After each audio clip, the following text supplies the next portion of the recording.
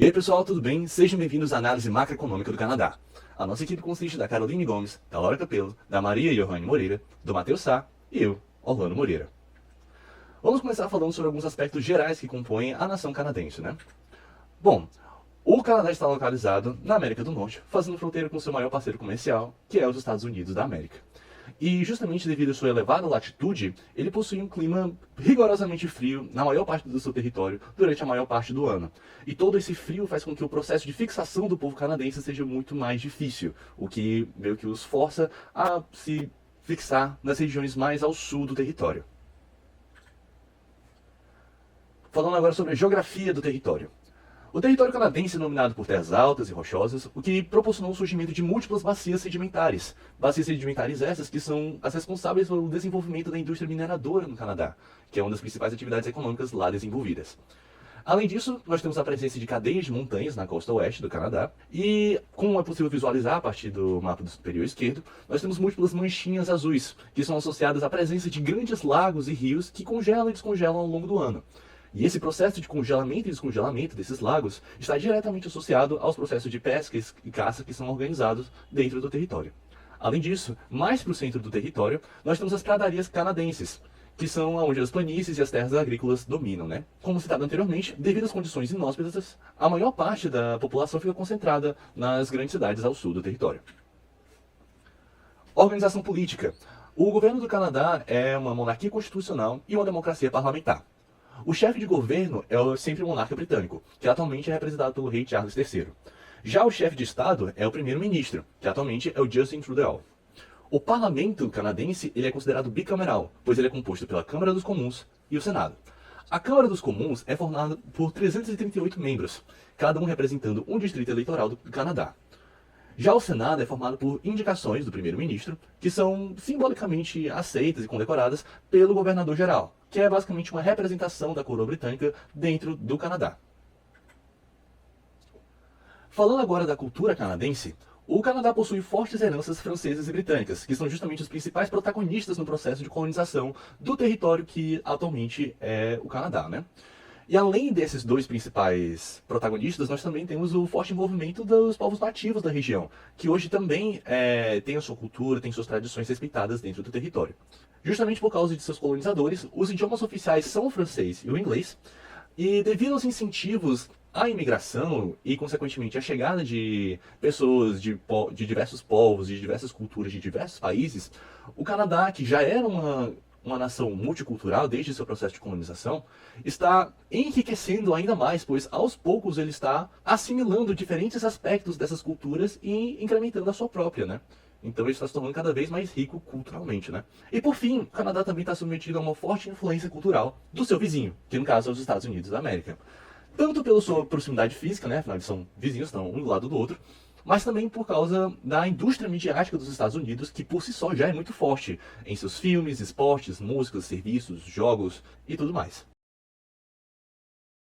Fazendo agora uma rápida análise monetária e histórica, o território canadense, ao longo de todo o seu processo de colonização até os dias de hoje, usufruiu de três principais tipos de moedas, né? A primeira moeda são as cartas de jogo, que elas não eram uma moeda de verdade oficial, mas elas eram uma alternativa que o governo colonial francês proporcionou para a região para lidar com a questão da escassez de moedas de metal, né? Então eles criaram esse sistema de cartas de jogo que tinham seu valor garantido pelo governo para servir ali para suprir a necessidade do pessoal. E esse modelo de moedas permaneceu por muito tempo, até que em 1841, após o processo de disputa territorial entre os franceses e os ingleses tiveram sucesso em uma investida, e a partir disso eles decretaram a utilização da Libra dentro do território canadense. E daí surgiu a primeira moeda oficial do Canadá, que seria a Libra canadense. Contudo, a Libra canadense, em comparação com as outras duas moedas, foi a que menos durou, ela só durou 17 anos. Porque em 1858, o povo canadense já estava com o desejo de adotar um sistema monetário decimal, justamente porque ele queria facilitar os processos de transações comerciais com seu vizinho, desde aquela época que é os Estados Unidos. E por causa disso, eles abandonaram a Libra inglesa e adotaram o dólar. Né? O dólar se tornou a moeda oficial do Canadá e permanece como sua moeda oficial até hoje. Oi, pessoal, aqui é a Johanne e agora a gente vai falar sobre a complexidade industrial do Canadá. Mas antes de falar especificamente sobre o Canadá, eu acho interessante a gente definir o que é a complexidade industrial de um país, né? A complexidade industrial, ela é a medição do conhecimento de uma sociedade por meio da diversidade e sofisticação de seus produtos. Mas tá, o que isso quer dizer? Isso quer dizer que se um país tem uma complexidade alta, ou seja, se ele é um país que exporta produtos muito diversificados e que tem um grande valor agregado neles na questão do conhecimento, então do quão difícil é produzir aqueles produtos, esse país vai ter uma complexidade alta e isso vai dizer que a sua sociedade ela tem um conhecimento grande agregado a ela. E aí essa complexidade ela é medida através do índice de complexidade econômica. Esse indicador ele é muito forte, representando o desenvolvimento econômico de um país. E aí, com base na complexidade das exportações de um país, é possível até prever os níveis de rendimento futuros desse país. Então, é um parâmetro que é muito utilizado para ver como que a economia daquele país está e como que ela vai estar futuramente, principalmente olhando para a perspectiva de exportação. E aí, passando rapidamente no True Map da economia canadense, em 2021, que são os dados mais recentes que estão no Atlas da Complexidade Econômica, a gente vê 3 setores que estão bastante evidentes, né, nesse mapa. Que é o setor de tecnologia da informação e comunicações, o setor de minérios, né, representado aí principalmente pelo petróleo, e o setor de agricultura, que é o setor que movimenta sozinho cerca de 105 bilhões do total de 609 bilhões de exportações que o Canadá fez em 2021. Só que aí, apesar disso, o Canadá ele é um país, né, cujas exportações elas não são tão complexas. Como dá para a gente ver aí, o principal produto que é exportado é de baixa complexidade, que são os minerais, né, principalmente aí o petróleo, os óleos do petróleo e o petróleo bruto, e também o setor da agricultura. E, bom, segundo o Growth Lab, né, que é quem faz esse atlas da complexidade econômica, os países que têm exportações mais complexas do que o esperado para o seu nível de renda, eles crescem mais rápido. Porque o crescimento é impulsionado por essa diversificação, né? Só que no caso do Canadá, a gente vê que ele é um país que não é muito complexo. Na verdade, ele é menos complexo do que o esperado para o nível de renda. Então, por isso, a economia dele é projetada para crescer lentamente. No ano de 2021, que quando foi feito esse estudo, o Canadá ocupava a 41ª posição no ranking da complexidade econômica, com índice de 0,58. E aí, o que se estima é que até 2031, a previsão de crescimento anual do Canadá é de 2,4%. E aí ele vai estar ali na metade inferior dos países globalmente, considerando esse índice de complexidade, né? Mas mesmo assim, no ano de 2021, o Canadá apresentou um superávit comercial em bens e produtos, ou seja, ele exportou mais do que importou. E agora a gente vai falar sobre o índice de preço ao consumidor, que é a inflação canadense. Esse índice ele mede a variação de preços comparando ao longo do tempo, o custo, né, de uma cesta fixa de bens e serviços, que é dividido nesses 8 principais componentes que são o que são analisados, né? E bom, quando a gente pega a série histórica da inflação canadense, a gente consegue ver que a inflação canadense teve ali uns picos, principalmente na primeira metade da década de 70, em que ela chegou a 11% ao ano em 74, e teve um pico, que foi o maior dessa série histórica que a gente está vendo aqui, que foi em 1981, quando a inflação canadense chegou a 12,5% ao ano. E aí, a partir desse período, né, ela foi apresentando taxas mais baixas. Ali, da década de 90 até 2020, a gente consegue ver que as taxas de inflação estavam se mantendo ali abaixo dos 4%. Porém, tanto em 2021 como em 2022, houve um aumento dessa taxa de inflação, muito por causa da pandemia, né, principalmente no comparativo aqui de 2020 para 2021. E em 2023, conforme o que diz o site do governo canadense, a gente teve uma inflação de 3,9% ao ano, o que é um valor menor quando a gente compara com 2022, porém, que ainda demonstra um crescimento em alguns dos setores, né, da economia dos componentes que são analisados. Quando a gente olha aqui para a questão dos alimentos, por exemplo, a gente consegue ver que houve um crescimento em grande parte da inflação dos principais componentes da alimentação, principalmente do que é vendido em mercados. nesse comparativo de 2022 para 2023, fica evidente que houve um crescimento, principalmente nos preços das gorduras e óleos, e também das frutas e dos produtos que são preparados com frutas.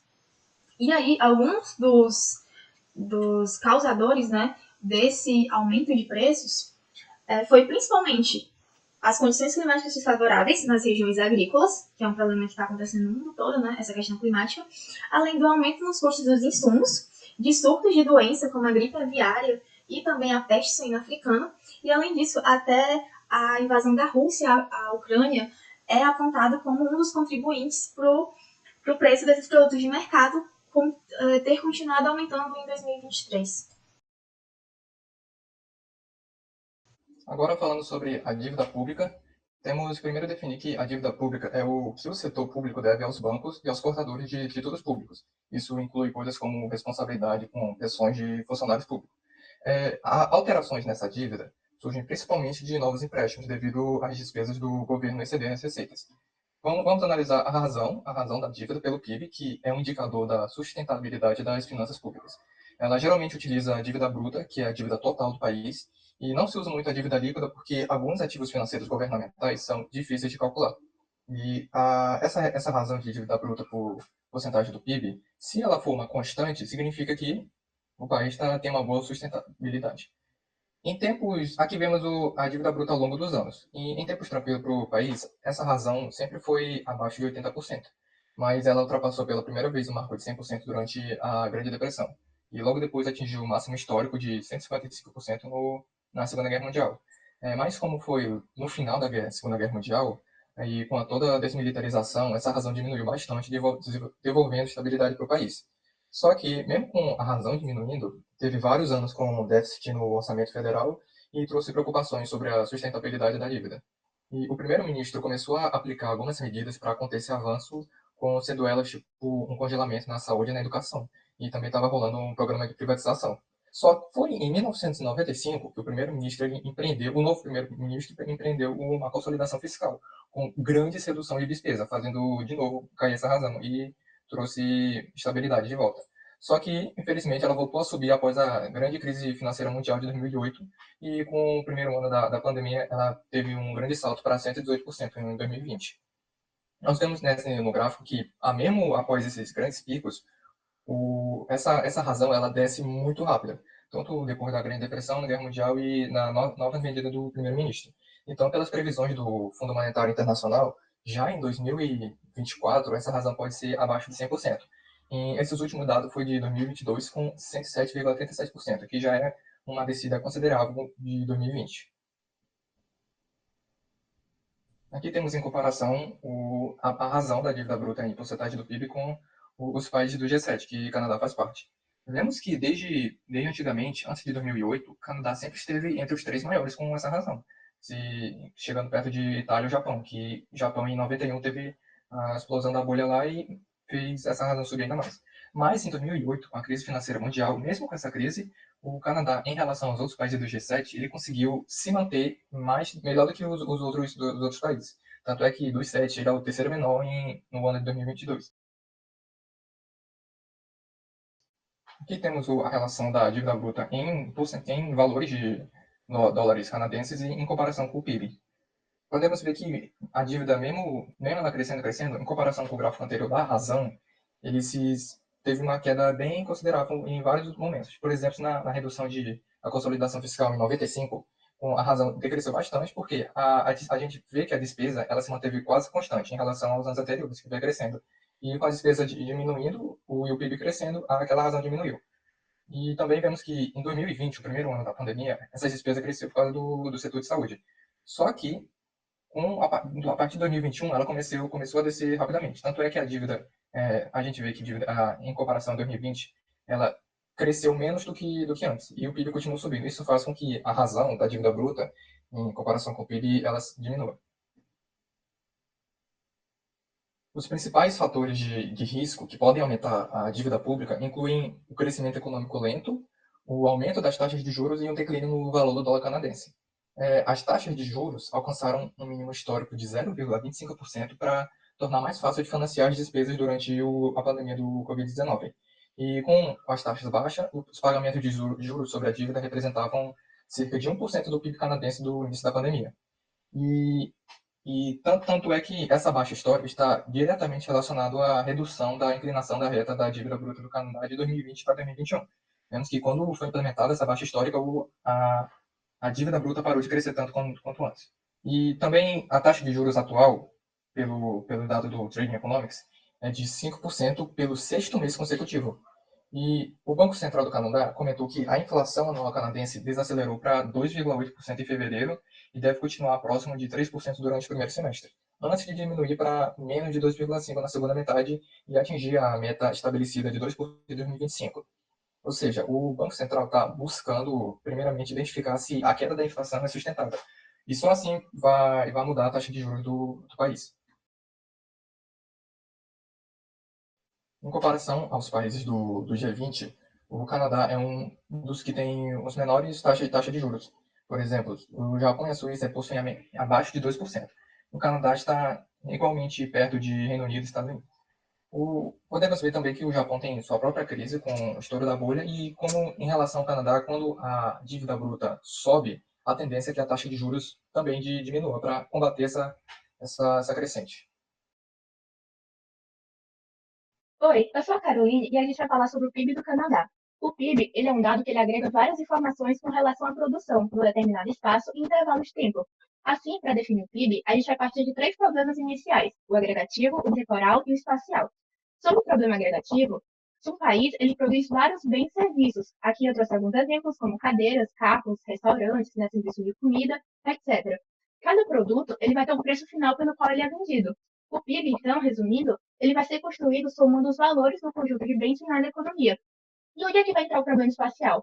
O PIB ele é uma medida que ele tem que ser referente a um determinado espaço. Geralmente a gente estuda um país, assim como a gente está estudando o Canadá agora. Em relação ao problema temporal, a gente costuma tratar com dados anuais, sendo considerado só o que é produzido naquele ano, não consideramos as revendas. Assim, o PIB ele é uma medida muito importante com relação ao progresso do país. Se o país produz mais, isso pode significar que a indústria está crescendo mais. Então, vai estar contratando mais gente e a economia vai estar se desenvolvendo. Agora a gente tem um gráfico do crescimento do Canadá nos últimos anos, e o PIB ele foi de 2,1 trilhões de dólares em 2022. A economia do Canadá ela vem crescendo a cada ano e isso tende se manter em 2024. Acontece que isso é muito impulsionado pela grande quantidade de exportação que o Canadá faz e também pela procura da população por bens e serviços. O compromisso do Canadá com acordos de livre comércio, incluindo os acordos com a União Europeia, com os Estados Unidos e com o México, promove o comércio internacional e, ao mesmo tempo, fortalece a rede econômica. Aqui do lado, a gente tem uma lista das maiores economias do mundo em 2023, segundo a projeção do FMI, que é o Fundo Monetário Internacional. A gente pode ver que o Canadá terminou na 10ª posição, logo atrás do Brasil. Mas vale lembrar que o PIB ele é a soma das produções, e países maiores eles podem ter PIBs maiores sem necessariamente ter uma saúde econômica maior. Agora a gente tem um gráfico com o desenvolvimento do PIB em bilhões de dólares desde 1960 até 2022. A gente pode ver que, de forma geral, né, o PIB do Canadá vem crescendo a cada ano. E eu queria dar uma ênfase para o ano de 2020, que foi quando começou a pandemia do Covid-19. Teve uma leve queda de 2019 para 2020, mas logo no ano seguinte, em 2021, esse PIB já se recuperou. A economia canadense ela é uma das maiores e mais estáveis do mundo, e ela é caracterizada por uma ampla diversificação.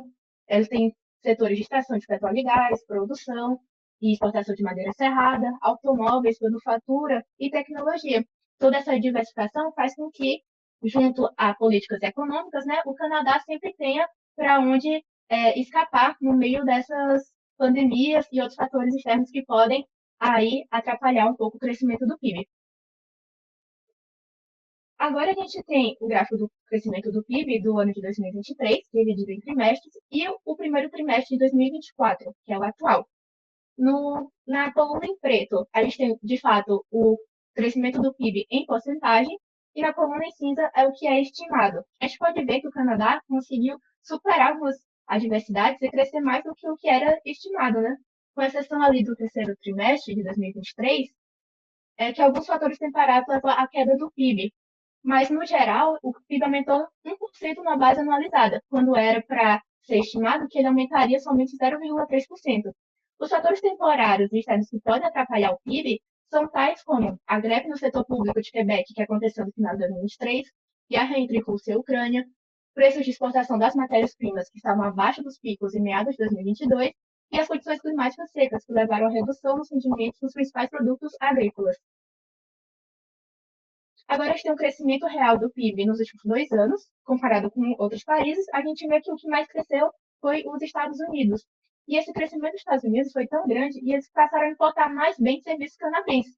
O investimento estrangeiro ajudou a impulsionar a economia do Canadá também, que também ficou na terceira posição, atrás do Japão e dos Estados Unidos. Para finalizar, a renda per capita nada mais é do que a soma de toda a riqueza dividida pelo número de habitantes, ou seja, é a média patrimonial das pessoas. Ela é só uma média, não diz nada a respeito da distribuição de renda na sociedade e nem da desigualdade social. A renda mensal média do Canadá é um pouco mais de 4 mil dólares per capita. A gente pode ver que no ano inteiro, né, essa renda chega a quase 55 mil dólares. Já no Brasil, comparando, a renda média mensal é apenas de 644 dólares. Então, comparando o Brasil, os preços das necessidades diárias também são cerca de 91,4% mais altos. Então, tendo a renda e o nível dos preços, acaba que a vida é mais barata no Canadá do que no Brasil, porque no final, os rendimentos mais altos eles vão cancelar a desvantagem de preço. Apesar do preço ser maior no Canadá, eles vão ter os rendimentos mais altos que vão acompanhar isso. Oi, gente, eu sou a Laura e agora eu vou falar um pouco sobre a análise de distribuição de renda. A análise de distribuição de renda ela é medida através do índice de Gini, que, por sua vez, é uma relação percentual entre a concentração de renda de determinado país em relação a uma distribuição perfeitamente igualitária de renda, em que o valor 0 representa uma desigualdade absoluta e o valor 1 representa uma igualdade absoluta. Falando especificamente sobre o Canadá, o índice de Gini atual dele, medido em 2022 pelo Departamento de Estatística do governo canadense, é de 0,347. E segundo o Banco Mundial, cujo dado é de 2019, é de 31,7. Dá para perceber que os dados eles têm uma certa discrepância, porém ainda assim são próximos e não vão atrapalhar as análises que vão ser feitas a seguir. Sobre a evolução histórica do índice de Gini, a gente pode ver que o valor varia entre 31 e pouco acima de 34. Então, apesar de haver oscilações consideráveis no gráfico, como os valores de limite são muito próximos, as variações, na realidade, geralmente não costumam passar de um único ponto. Então, isso demonstra bastante estabilidade no índice do Canadá.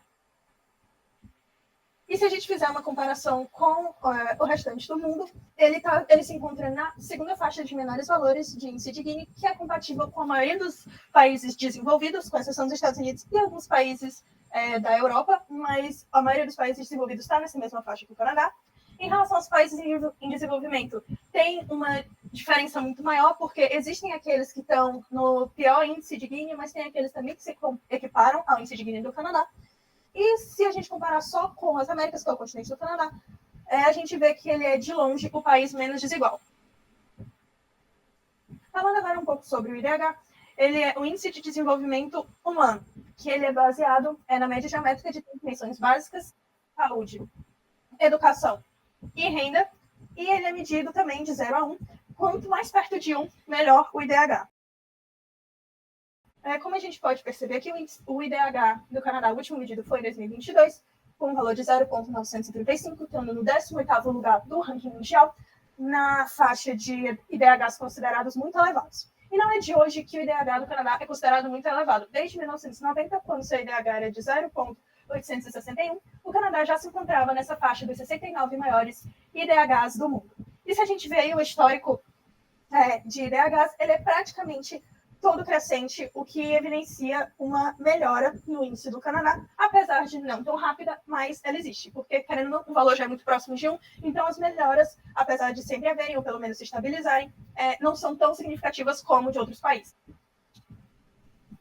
Falando um pouco sobre os números dessa evolução entre 1990 e 2022, os 4 critérios que são usados para o cálculo do IDH, expectativa de vida, alfabetização adulta, expectativa de anos escolares e renda nacional bruta per capita, evoluíram, conforme está no slide, Expectativa de vida aumentou 5,4 anos, alfabetização adulta em 3,1 anos, os anos escolares esperados reduziram em 0,7 anos, e a renda nacional bruta per capita aumentou em 45,2%, o que resultou num aumento de 8,6% no IDH do Canadá entre 1990 e 2022. Se compararmos a evolução do histórico do Canadá com a evolução da média mundial, a gente percebe que o Canadá ele não cresce tão rápido quanto a média mundial, porém os seus valores costumam ser pelo menos 2 décimos acima dos valores de IDH da média mundial. Se formos comparar com os países desenvolvidos, a gente vê que tanto a evolução quanto os valores em si do IDH são muito próximos e evidenciam a qualidade de vida parecida das populações desses países. E se a gente for comparar o Canadá com outros países da América, com exceção dos Estados Unidos para evitar repetições, a gente percebe que ele está sempre acima de todos esses valores, incluindo do valor do Chile, que é o país que tem o maior IDH da América Latina. Só que em 2022, o Chile, ele finalmente conseguiu atingir a marca que o Canadá já tinha em 1990, que é o de 0,860. O que mostra que o IDH do Canadá é realmente muito superior ao dos demais países latino-americanos das Américas.